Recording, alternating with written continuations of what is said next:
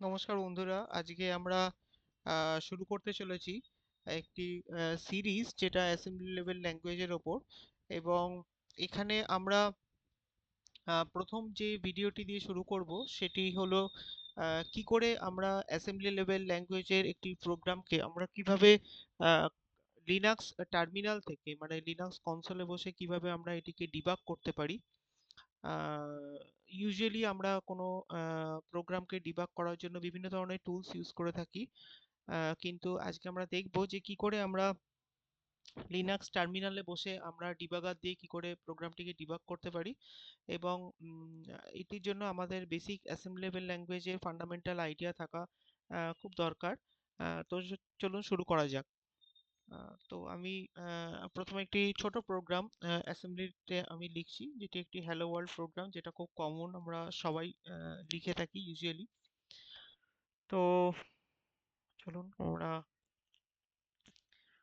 শুরু করা যাক। সেকশন আমরা নিচ্ছি হচ্ছে ইনিশিয়ালাইজড। এগুলি আমি আর আপনাদের এক্সপ্লেন করছি না, আমি ধরে নিচ্ছি আপনারা ফান্ডামেন্টালটি জানেন।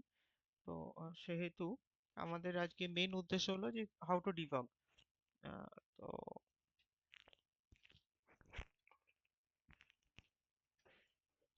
ঠিক করলাম, আমি এখানে একটি লেভেল নিলাম, ডেটা টাইপ ডিফাইন করলাম।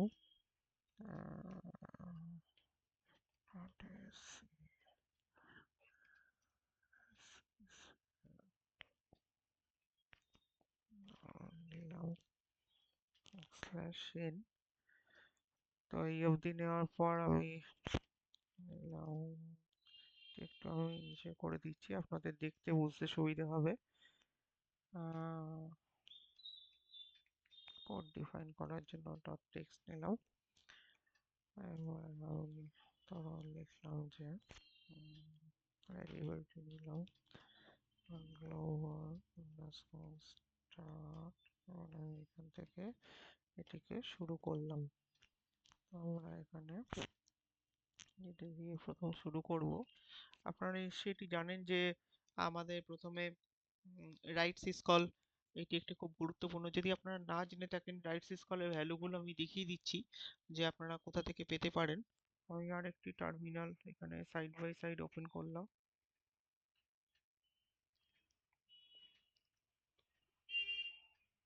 বা আমি এখান থেকে ওপেন টার্মিনাল করে আরেকটি টার্মিনাল খুললাম। কেন খুললাম তার কারণটি হচ্ছে আমি দেখাতে চাই যে আপনাদের যে এখানে আমি যে ভ্যালুগুলি পুট করব, আশা রাখছি আপনারা রাইট সিসকল, এক্সিট সিসকল এগুলো আপনারা জানেন যে ভ্যালুগুলি আপনারা কোথা থেকে দেখতে পাবেন। আদারওয়াইজ যদি মনে না থাকে আমি টুক করে একবার দেখিয়ে দিই। আমরা যাব হচ্ছে সিডি ইউএসআর ইনক্লুড এই ডিরেক্টরির মধ্যে, তারপর আমরা যাব হচ্ছে সিডি আই 386। আচ্ছা, প্রথমেই বলে রাখি আমি কিন্তু 32 বিট লিনাক্স অপারেটিং সিস্টেমে এই মুহূর্তে কাজ করছি। পরবর্তীকালে আমি আপনাদের 64 বিট দেখাবো এবং কম্পেয়ার করে দেখাবো যে কিভাবে একটা 32 বিট এবং 64 বিটের অবভিয়াসলি প্রসেসরের ক্ষেত্রে আমাদের যে যে ডিফারেন্সটা আমাদের হয়, এবং সেক্ষেত্রে আমাদের প্রোগ্রাম ওয়াইজ কি ডিফারেন্স আসে, সেটা আমরা পরে অন্য কোনো একটি ভিডিওতে আপনাদের ডেমনস্ট্রেট করব। আমরা এখানে গেলাম, উম, আমরা এটার মধ্যে এএসএম এর মধ্যে গেলাম। এর মধ্যে আমরা লেস করলে আপনারা দেখতে পাচ্ছেন এই ফাইলটি, হোপফুলি আপনারা জানেন এই ফাইলটি আমাদের কাছে খুব গুরুত্বপূর্ণ। তো আমরা এখান থেকে লেস করি, লেস করে আন্ডারস্কোর 32.h। তো আমরা দেখছি যে এখানে এখান থেকে আপনারা ভ্যালুগুলি দেখতে পারবেন, যেরকম আমরা দেখতে পাচ্ছি যে এক্সিট সিসকল যেটি তার ভ্যালু হচ্ছে 1, রাইট সিসকল এই দুটি আমাদের রিড সিসকল ভ্যালু হচ্ছে 3, ফর্কের ভ্যালু হচ্ছে 2, ওপেন 5, রাইট সিসকল যেটি খুব গুরুত্বপূর্ণ তার ভ্যালু হচ্ছে 4। এই সংখ্যাগুলি আমাদের মনে রাখতে হবে। আমি এটি বন্ধ করলাম না যাতে করে আপনাদের রেফারেন্স হিসেবে দেখতে সুবিধে হয়। তো আমি এখানে প্রোগ্রামটি লেখা শুরু করছি। তবে আমি ওভেল নিলাম, আমি করলাম হচ্ছে প্রথমে আমি এটা শুরু করছি নব দিয়ে। নব মানে আপনারা জানেন এটা হচ্ছে নো অপারেশন। তারপর আমি মুভেল নিলাম। এটা না হলে আমাদের পরবর্তীকালে একটি ওভারফ্লো ইস্যু হয়। উম, তো সেটি যাতে না হয় সেই জন্য আমি নো অপারেশনসটি দিয়ে শুরু করলাম, যাতে করে আমার এখানে প্রথম যখন প্রোগ্রাম শুরু হবে তখন নো অপারেশন স্টেটমেন্টটি থেকে আমার এটা সঙ্গে সঙ্গে আমার নেক্সট ইনস্ট্রাকশনে এটি জাম্প করবে। তো প্রথম আমি কি করব না, প্রথম আমি এখানে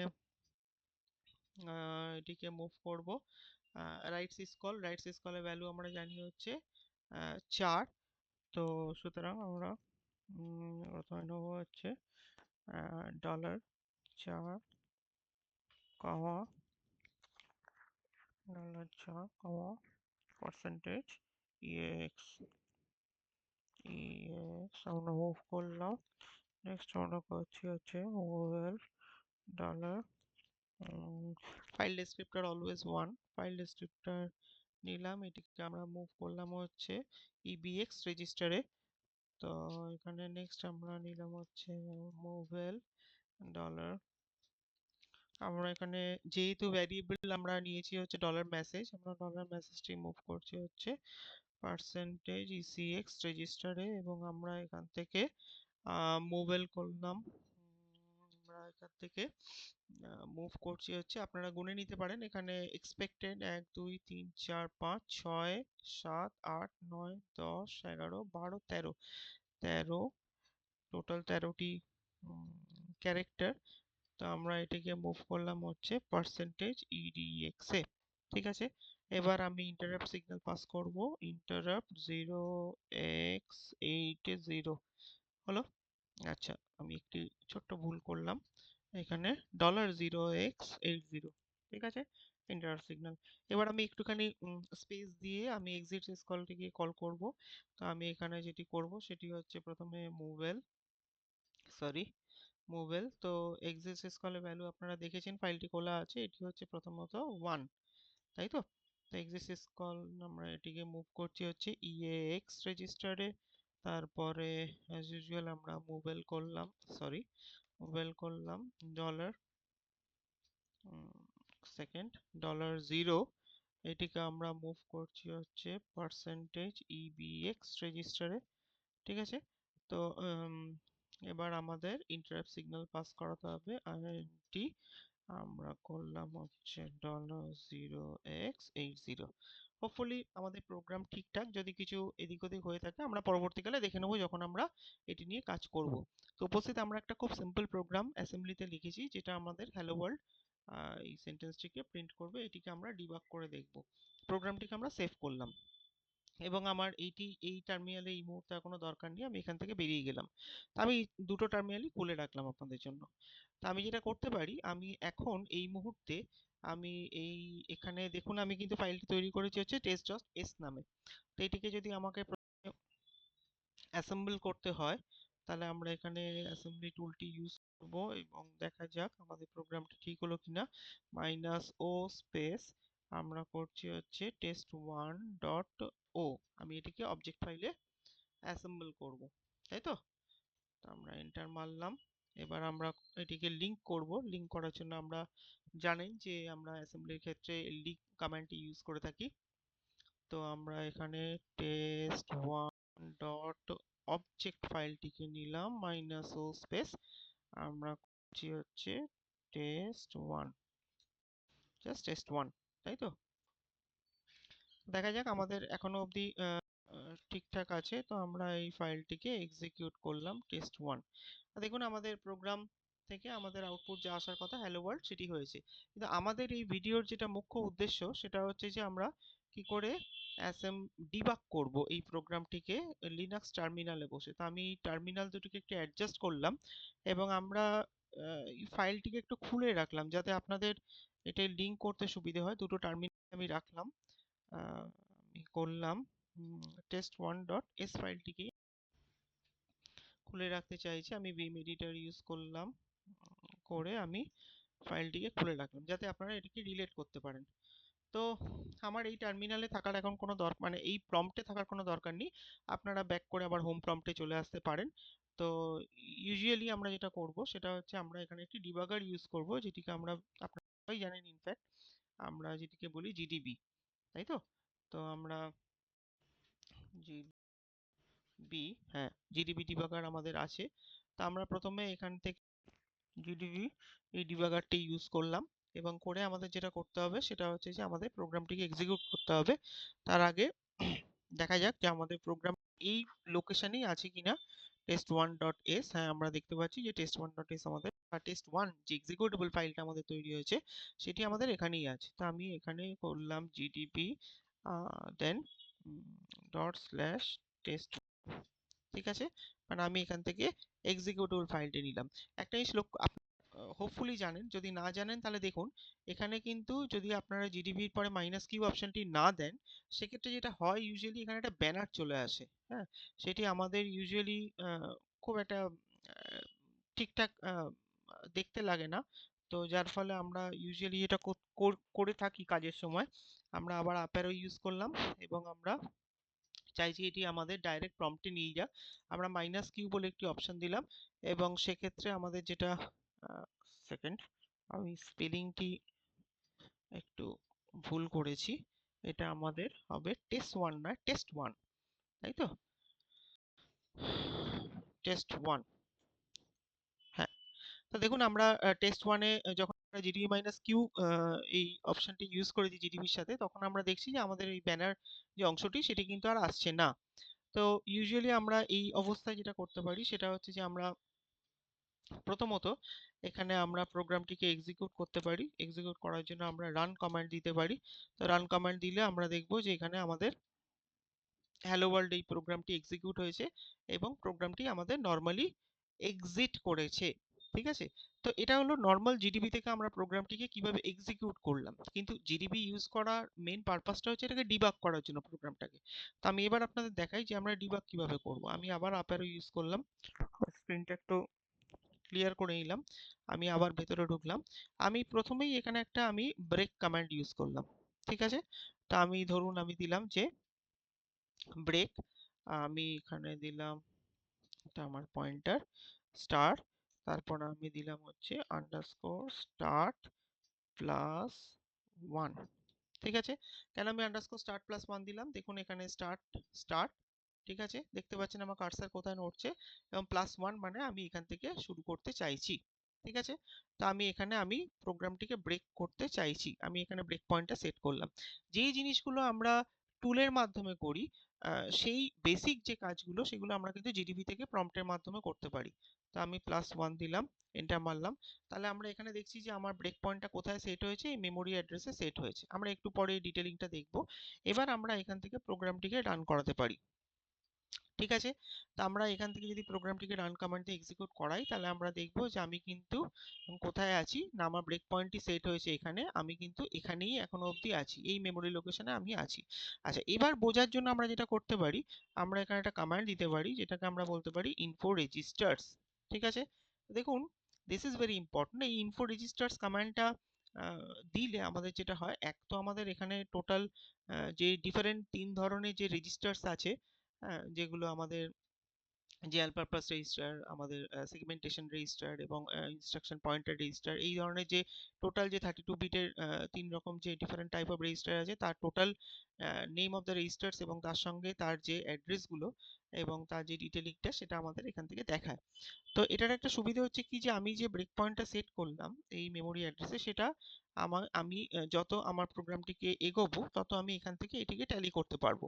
তো এই মুহূর্তে দেখুন আমার যেটা একটা জিনিস আপনাদের দেখানো মজার জিনিস, আমি ব্রেক পয়েন্টটা সেট করেছি এখানে, সঙ্গে সঙ্গে ইআইপি এই রেজিস্টার, যেটা ইনস্ট্রাকশন পয়েন্টার রেজিস্টার আমরা বলে থাকি, দেখুন এখানে কিন্তু তার অ্যাড্রেসটি আমাকে যেটা শো করছে, পয়েন্টারটা কিন্তু সেই জায়গাতেই, সেই মেমোরি অ্যাড্রেসেই আমার সেট হয়ে গেছে। হ্যাঁ, মানে এটা কিন্তু এমন একটা জিনিস যে আপনি যেখানে থাকবেন, যে মেমোরি অ্যাড্রেসে আপনি থাকবেন, আপনার ইআইপি কিন্তু ঠিক সেই মেমোরি অ্যাড্রেসটিকে পয়েন্ট করবে। সুতরাং দেখুন আমার এখানে দেখাচ্ছিল যে আমি এখানে আছি, সুতরাং আমার ইআইপি কিন্তু পয়েন্টারটা আমার সেখানেই সেট হয়ে আছে, ঠিক আছে। তো এইবার আমি যেটা করব সেটা হচ্ছে যে আমি ইনফো রেজিস্টার থেকে আমি দেখলাম যে আমি এখন এই মেমোরি অ্যাড্রেস লোকেশনে আছি। তো এবার আমি যেটা করতে পারি সেটা হচ্ছে যে আমি এখান থেকে আমি ধরুন আমি এটাকে এক্সিকিউট করতে চাইছি। আচ্ছা, এবার একটা জিনিস দেখুন, এক্সিকিউট করার আগে, এই মুহূর্তে এক্সিকিউট করার আগে অবধি, হ্যাঁ, আমি এখনো কিন্তু লুপের ভেতর ঢুকিনি। দেখুন আমার ফার্স্ট ইনস্ট্রাকশন হচ্ছে এইটা, কারণ এটার অ্যাকচুয়ালি কিন্তু সেই অর্থে কোনো ভ্যালু কিছু নেই, এটা নো অপারেশন। মানে আপনি স্টার্ট করলেন, ব্রেক পয়েন্ট যখন সেট করছেন তখন এটা এখানে গিয়ে আপনার দাঁড়িয়ে আছে। এরপর যখন আপনি এটাকে এক্সিকিউট করবেন সঙ্গে সঙ্গে এখান থেকে জাম্প করে আপনার এখানে চলে, মানে this is your first instruction. এটা আপনার প্রথম ইনস্ট্রাকশন। প্রথম ইনস্ট্রাকশনে কি বলা হচ্ছে যে ভ্যালু 4, এই 4 ভ্যালুটা আপনার EAX রেজিস্টারে আসবে। তো যতক্ষণ আমরা এখানে দাঁড়িয়ে আছি, দেখুন এই মুহূর্তে আপনার রেজিস্টারে ভ্যালু কি আছে, EAX রেজিস্টারে ভ্যালু কিন্তু আপনার দেখাচ্ছে।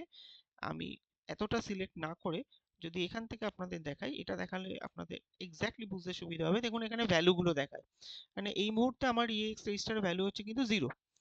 তো আমি যদি এখান থেকে এখন প্রোগ্রামটিকে এক্সিকিউট করাই, মানে আমি এখন বসে আছি এখানে, আবার রিপিট করছি, আমি এখান থেকে দিলাম এনআই। এনআই মানে কি? এনআই ফুল ফর্ম হচ্ছে নেক্সট ইনস্ট্রাকশন, তাই তো? এই নেক্সট ইনস্ট্রাকশন দেওয়া মানে আপনার কিন্তু এই ফার্স্ট ইনস্ট্রাকশন যেটা আছে সেটা আপনার এক্সিকিউট করবে, কারণ আপনি এখানে বসে আছেন এখন। ঠিক আছে? তার মানে এইটা আপনার এক্সিকিউট করবে এইবার যখন আপনি নেক্সট ইনস্ট্রাকশন দেবেন। আমি এখানে নেক্সট ইনস্ট্রাকশন দিলাম, দিতেই দেখুন আপনার মেমোরি অ্যাড্রেস কিন্তু আর এইটা রইলো না। মানে আপনি এখন কোথায় চলে গেছেন?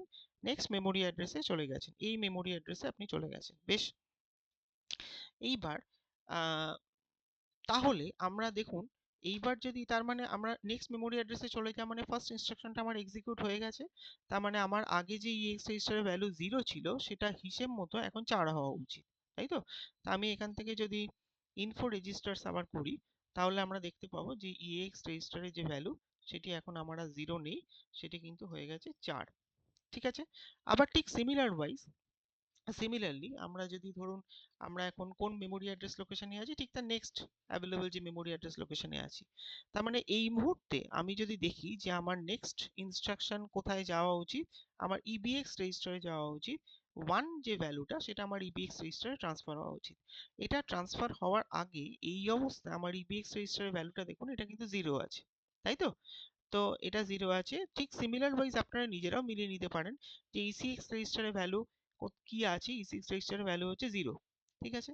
তারপরে আপনার EDX রেজিস্টারের ভ্যালু এই মুহূর্তে ইনস্ট্রাকশন এক্সিকিউট করার আগে অবধি এটা হচ্ছে আপনার 0। তো আমি যদি এখান থেকে আবার নেক্সট ইনস্ট্রাকশন করি, মানে এটাকে নেক্সট ইনস্ট্রাকশন করা মানে সেই লাইন যেখানে আমি বসে আছি সেই ইনস্ট্রাকশনটিকে এক্সিকিউট করা।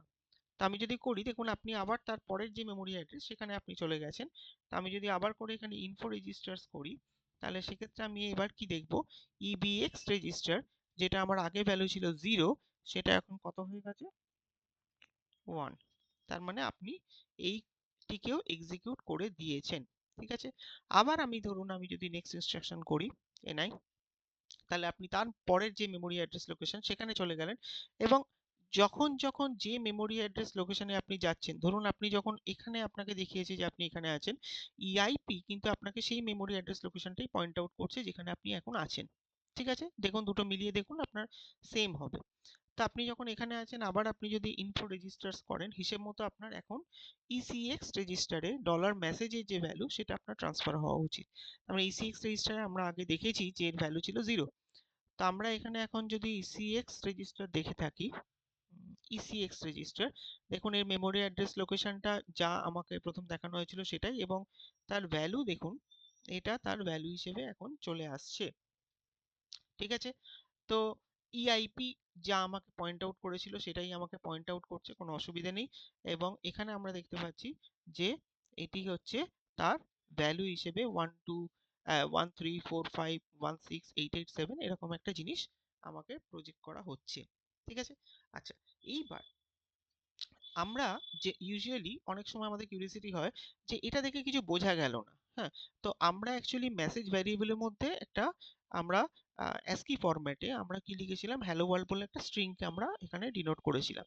তো আমি যদি এখন যেখানে আছে, আমি তো অলরেডি এখানে এক্সিকিউট করে দিয়েছি, মানে আমার ECX রেজিস্টারে অলরেডি মেসেজ ভ্যারিয়েবলের যে ভ্যালুটা সেটা আমার চলে এসেছে, মানে হ্যালো ওয়ার্ল্ড চলে আসার কথা। তো আমি এই ভ্যালুটা দেখে আমি বুঝতে পারছি না যে এক্স্যাক্টলি আমার কাজটা হয়েছে কিনা। তো আমি এখানে দেখতে চাইছি যে আমার সত্যি কাজটা হয়েছে কিনা। দেখুন এই দেখার জন্য খুব সুন্দর একটি কমান্ড আছে, আমরা করতে পারি হচ্ছে এক্স। এক্স মানে এখানে জিডিবি প্রম্পটে বসে এক্সাম অ্যাকচুয়াল মানেটা হচ্ছে যে আপনি এটাকে প্রিন্ট করতে চাইছেন। ঠিক আছে? আমরা এটা এরকম করতে পারি x/s। s মানে হচ্ছে স্ট্রিং। এটা এটা আপনার ডিফারেন্ট টাইপের জন্য আপনি চেঞ্জ করতে পারেন, ক্যারেক্টারের জন্য সি করতে পারেন, নাম্বার অফ ক্যারেক্টারের জন্য সেই নাম্বারটা সি এর আগে বসাতে পারেন, এরকম ভাবে আপনারা এটিকে প্রিন্ট করতে পারেন।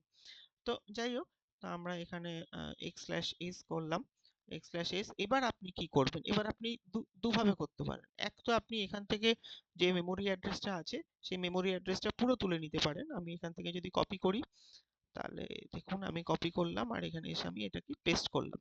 তাহলে আমি আরেকবার রিপিট করছি, এখানে আমি দিলাম x/x, x মানে হচ্ছে অ্যাকচুয়ালি প্রিন্ট, আর s মানে হচ্ছে স্ট্রিং প্রিন্ট করাতে চাইছি, এবং এখানে যে মেমোরি অ্যাড্রেস ECX রেজিস্টারের ক্ষেত্রে দেখানো হচ্ছিল সেটিকে আমি তুলে নিলাম, আমি এবং এখানে বসালাম। বসে আমি যদি এখানে এন্টার মারি, দেখুন এখানে দেখাচ্ছে যে এই মেমোরি অ্যাড্রেসের রেসপেক্টে আপনার স্ট্রিং হিসেবে হ্যালো ওয়ার্ল্ড এটি সেভ আছে। এবার এখানে একটা মজার জিনিস দেখুন, আমি ধরুন আমি আবার আপ অ্যারো ইউজ করলাম এবং আমি এখানে দেখতে চাইছি যে এটার এগেনস্টে আমি ফার্স্ট ক্যারেক্টার যেটা আছে আমি সেটি দেখতে চাইছি। তো দেখুন আমি x/c দিয়েছি। তো x/c দেওয়ার ফলে দেখুন আপনাকে দেখাচ্ছে যে ফার্স্ট ক্যারেক্টার হচ্ছে আপনার h, তাই তো? হ্যালো ওয়ার্ল্ড এর h দেখাচ্ছে।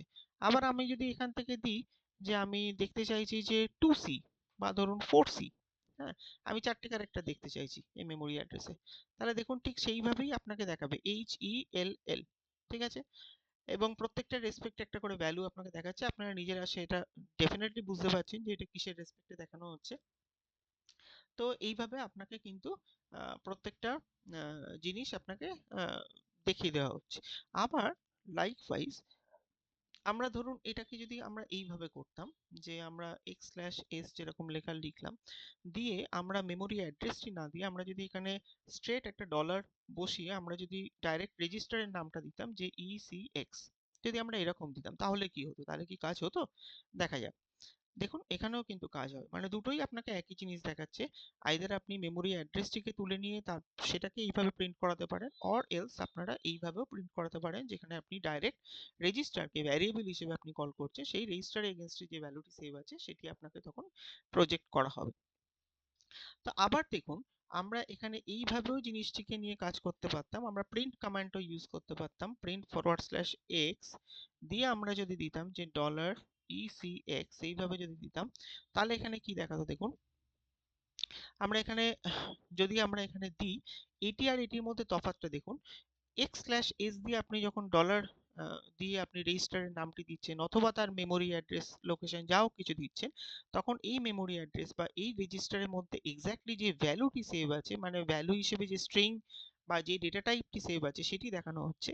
আর এইখানে আপনার কিন্তু এই মেমোরি অ্যাড্রেসটিকে প্রজেক্ট করা হচ্ছে যে এটা এই রেজিস্টারটার করসপন্ডিং যে মেমোরি অ্যাড্রেস, সেই মেমোরি অ্যাড্রেসটি এক্স্যাক্টলি কত, মানে সেটি অ্যাকচুয়ালি কি। সুতরাং দুটো কমান্ডের মধ্যে কিন্তু তফাৎ আছে, এই জিনিসটা কিন্তু আপনাদের একটুখানি দেখে নিতে হবে। প্রিন্ট করা মানে যখন আপনি কোনো ভ্যারিয়েবল দিচ্ছেন, মানে রেজিস্টারকে যখন প্রিন্ট কমান্ডের সঙ্গে আপনি যখন কল করছেন তখন তার এগেনস্টে যে মেমোরি অ্যাড্রেসটি আছে সেটি আপনাকে কিন্তু প্রজেক্ট করা হবে। তো এইভাবে আমরা আগে বাড়তে পারি। আবার আমরা যদি এনআই করি, তাহলে এনআই করলে আমরা আবার পরবর্তী ইনস্ট্রাকশনে আমরা চলে যাব। এখানে যদি আবার আমরা ইনফো রেজিস্টার্স করি, আমরা ইনফো রেজিস্টার্স এর মধ্যে এলাম, সেক্ষেত্রে আমরা দেখব হিসেব মতো এবারে আমাদের ইডিএক্স, দেখুন যে ইডিএক্স এটি আগে আমাদের 0 ছিল স্বভাবতই, এখন দেখুন এর ভ্যালুটা হয়ে গেছে কত না 13, কত হয়ে গেছে 13। তো এই 13 দেখুন আপনারা যদি ট্যালি করেন ডান দিকে, তাহলে দেখতে পাবেন যে এখানেও কিন্তু হিসেব মতো এখানে আপনার 13 যাওয়া উচিত, ঠিক আছে? আবার আমি এনআই করলাম, এনআই মানে হচ্ছে নেক্সট ইনস্ট্রাকশন, তাহলে এর পরবর্তী ইনস্ট্রাকশন কি আছে সেটা হচ্ছে ইন্টারাপ্ট, মানে এক্সিট কে আমি মানে আমার এখান থেকে হিসেব মতো এটি লুপটি শেষ হওয়ার কথা, ঠিক আছে? সুতরাং লুপটি যখন শেষ হলো তখন হিসেব মতো আমার হ্যালো ওয়ার্ল্ড প্রিন্ট হওয়ার কথা, আমার হ্যালো ওয়ার্ল্ড প্রিন্ট হলো। এইবার আমার তাহলে তার পরবর্তী যে সেগমেন্ট মানে এক্সিট সিসকলের যে স্টেটমেন্ট সেটি আমার কাজ করা উচিত হিসেব মতো।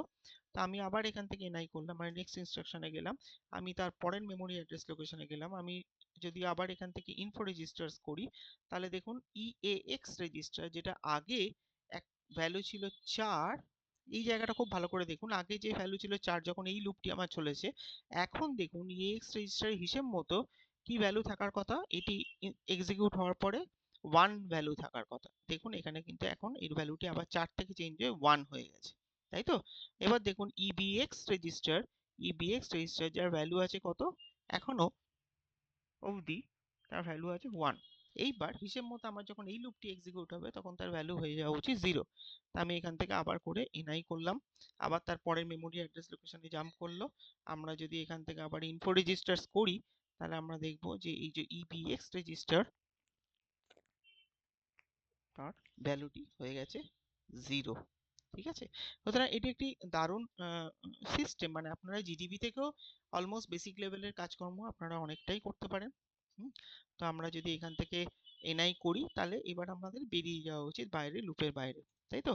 তো দেখুন আমরা এক্স্যাক্টলি তাই হলো, এখানে এক্সিটেড নরমালি। ঠিক আছে, তো হোপফুলি এটা একদম একটা বেসিক জায়গা নিয়ে আমরা আজকে আলোচনা করলাম, যেখানে আমরা দেখলাম যে আমাদের জিডিবি থেকে আমরা মানে জিডিবি ডিবাগার দিয়ে আমরা কি করে এটিকে একটি অ্যাসেম্বলি প্রোগ্রামকে আমরা কি করে ডিবাগ করতে পারি স্টেপ বাই স্টেপ, এবং কিভাবে সেটি আমরা প্রোগ্রামের সাথে লিঙ্ক করতে পারি যে এক্স্যাক্টলি কোথায় আমাদের যাচ্ছে।